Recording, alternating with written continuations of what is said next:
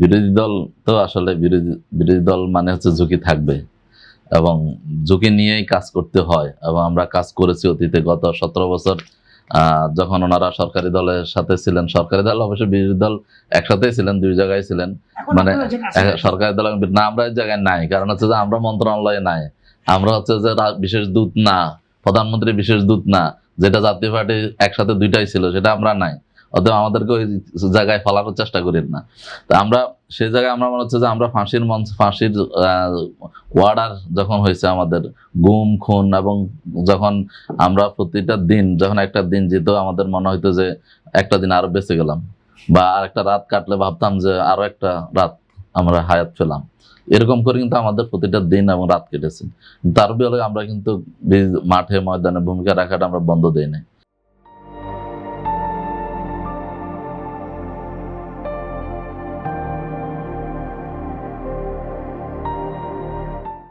তো আমার মনে হয় বিরোধী দল মানে ঝুঁকি থাকবে, সরকারি দল আর বিরোধী দলের মধ্যে তো পার্থক্য আছে। তো সেটার জন্য আমি মনে করি যে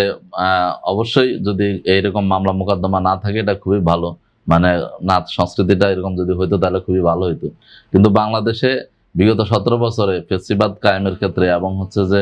গুম খুনের ক্ষেত্রে এবং হচ্ছে যে বাংলাদেশে যতগুলো আওয়ামী লীগ অপকর্ম করেছে এবং বিশেষ করে ভারতীয় আধিপত্যবাদ প্রতিষ্ঠা করার ক্ষেত্রে জাতীয় পার্টির যে ভূমিকা, তো সেই ভূমিকাতে তাদের ওনারা যে এখনো রাজনীতি করতে পারেন এবং ওনারা যে এখনো মানে স্বাভাবিক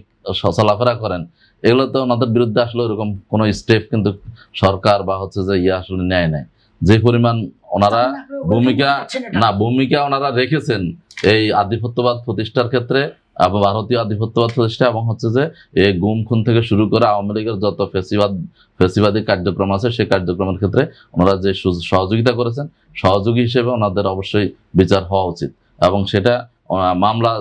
মামলা যদি থাকে সেটা অবশ্যই মামলার গতিতে আইন আদালত যদি ওনাদের বিরুদ্ধে সুনির্দিষ্ট অভিযোগ থাকে সেটা ওনারা ফেস করবেন এবং সেটাকে স্বাভাবিকভাবে চলতে দেওয়া উচিত, এটা আমি মনে করি। আর দ্বিতীয় বিষয়, আসলে বিরোধী দল আমরা বাংলাদেশে এখন যদি আপনি আমাদের কথা বলেন বা আমরা যদি বিরোধী দল হিসেবে যে ভূমিকার কথা বলেন, বাংলাদেশের সংস্কৃতিতে আমরা বিরোধী দল মানে মনে করি যে জ্বালাও পোড়াও কর্মসূচি হবে, বা হচ্ছে যে সংসদ বয়কট হবে, বা হচ্ছে যে সাংবাদিক পিটানো হবে, তারপর হচ্ছে যে আপনার প্রথম সংসদে অনুপস্থিত থাকবে। তো এরকম অনেক এগুলোতে আমরা বিশ্বস্ত বা আমরা অনেক এগুলো দেখে অভ্যস্ত। যদিও ব্যতিক্রম ছিল জাতীয় পার্টির যে পার্টটা 17 বছরে ওনারা সরকারও ছিলেন, বিরোধী দল ছিলেন এবং একসাথে দুই দিকেই ওনারা ভূমিকা পালন করছেন, জন্য গৃহপালিত বিরোধী দল বলা হতো ওনাদেরকে। যাই হোক, তা আমরা এখন দেখবেন যে জামাত ইসলামী বিগত নির্বাচনে, ত্রয়োদশ জাতীয় সংসদ নির্বাচনে অনেকগুলো আমাদের হচ্ছে যে অভিযোগ আছে এবং হচ্ছে নির্বাচন নিয়ে অনেক বিতর্ক আছে, কিন্তু সবকিছু শর্ত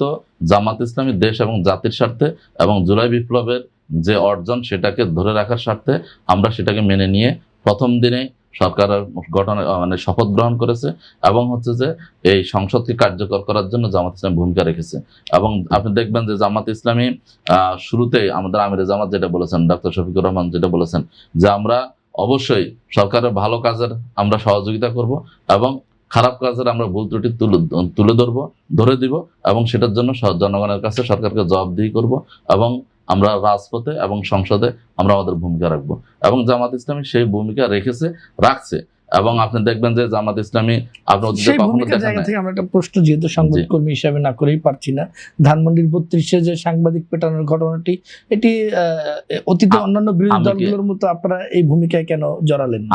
আমি সেই বিষয়টা এখন আমি আমার কথাটা শেষ করে যদি এই প্রশ্নের উত্তর দেই, আমাকে একটু আমার কথাটা বলতে দেন, আমি কথা শেষ করে আপনার উত্তরটা দিচ্ছি। প্রথম বিষয় হচ্ছে যে আমি বলছি জামাত ইসলাম দেখবেন যে সংসদে দাঁড়িয়ে যখন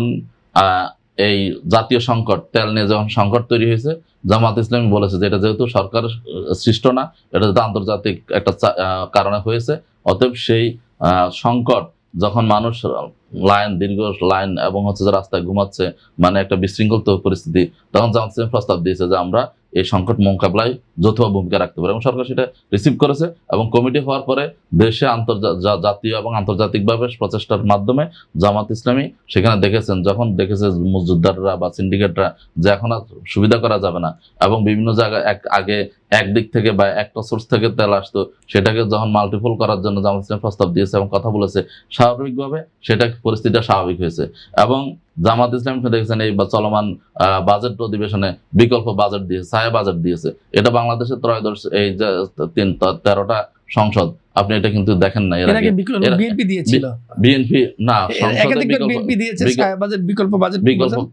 একাধিকবার বিএনপি দিয়েছে। না, আমি আপনাকে বলি, আপনি হয়তো সেটা